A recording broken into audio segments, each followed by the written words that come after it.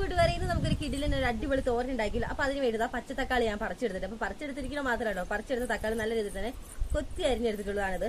അതേപോലെ തന്നെ പച്ചത്തക്കാളി തോരൻ വെക്കാൻ പറ്റുള്ള ബാക്കി ഇൻഗ്രീഡിയൻസ് ആണ് ഈ ഒരു പ്ലേറ്റിലുള്ളത്. അപ്പൊ ഞാനിപ്പോൾ എടുത്തിട്ടുള്ളത് ഒരു അരമുറി തേങ്ങ ചെറുവിയത് എടുത്തിട്ടുണ്ട്. അതേപോലെ തന്നെ ഒരു അര പീസ് നമ്മുടെ സവോള ഉണ്ടല്ലോ, അപ്പൊ സവോളയാണ് എടുത്തിട്ടുള്ളത്.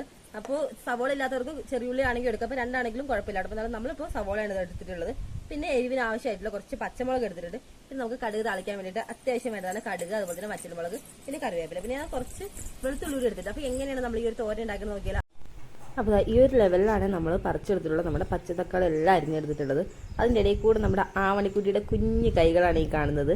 അപ്പോൾ ഇത്രയും ഇൻഗ്രീഡിയൻസ് വെച്ചാണ് നമ്മൾ തോരൻ ഉണ്ടാക്കിയെടുക്കാൻ വേണ്ടി പോകുന്നത്. അപ്പോൾ എന്തായാലും നമുക്ക് നേരെ നമ്മുടെ കലവറയിലേക്ക് പോവാം. എണ്ണയൊക്കെ ചൂടായിട്ടുണ്ട്. അപ്പോൾ എണ്ണ ചൂടായതിനു ശേഷം കടുകും പച്ചമുളകും കുറച്ച് കറിവേപ്പിലയൊക്കെ ഇട്ടിട്ട് നല്ല രീതിയിലൊന്ന് പൊട്ടിച്ചെടുത്തിട്ടുള്ളതാണ്. അപ്പോൾ അതിന് ശേഷം നമ്മൾ കുത്തി അരിഞ്ഞിട്ടുള്ള നമ്മുടെ തക്കാളിയാണ് ഇട്ട് കൊടുത്തിട്ടുള്ളത്. അങ്ങനെ നമ്മൾ തോരനൊക്കെ സെറ്റാക്കാൻ വേണ്ടിയിട്ട് വെച്ചിരിക്കുകയാണ്. അപ്പോൾ പെട്ടെന്ന് തന്നെ വെന്തോളൂ കേട്ടോ, അധികം സമയമൊന്നും ഇല്ല നമുക്കിതിന്. കാരണം ഒന്ന് ആദ്യം കയറുമ്പോഴേ നമ്മുടെ തക്കാളിയാണല്ലോ, പിന്നെ എക്സ്ട്രാ വെള്ളവും കാര്യങ്ങളൊന്നും ആഡ് ചെയ്യണ്ട.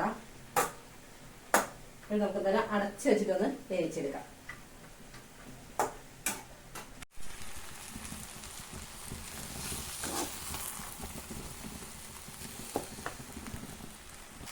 ഇത് നല്ല രീതിയിൽ തന്നെ ഡ്രൈ ആയിട്ടുണ്ട് നമ്മുടെ തോരൻ.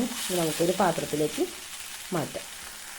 അങ്ങനെ സ്വാദിഷ്ടമായിട്ടുള്ള നമ്മുടെ പച്ചത്തക്കാളി തോരൻ ഇവിടെ റെഡി ആയിട്ടുണ്ട്. അപ്പോൾ എല്ലാവരും വീട്ടിൽ മസ്റ്റ് ആയിട്ട് ട്രൈ ചെയ്ത് നോക്കണേ. ഫുൾ വീഡിയോയുടെ ലിങ്ക് ഞാൻ താഴെ കൊടുക്കാം. അതേപോലെ തന്നെ വീഡിയോ ഇഷ്ടപ്പെടുകയാണെങ്കിൽ ലൈക്ക് ചെയ്യാനും മറക്കല്ലേ.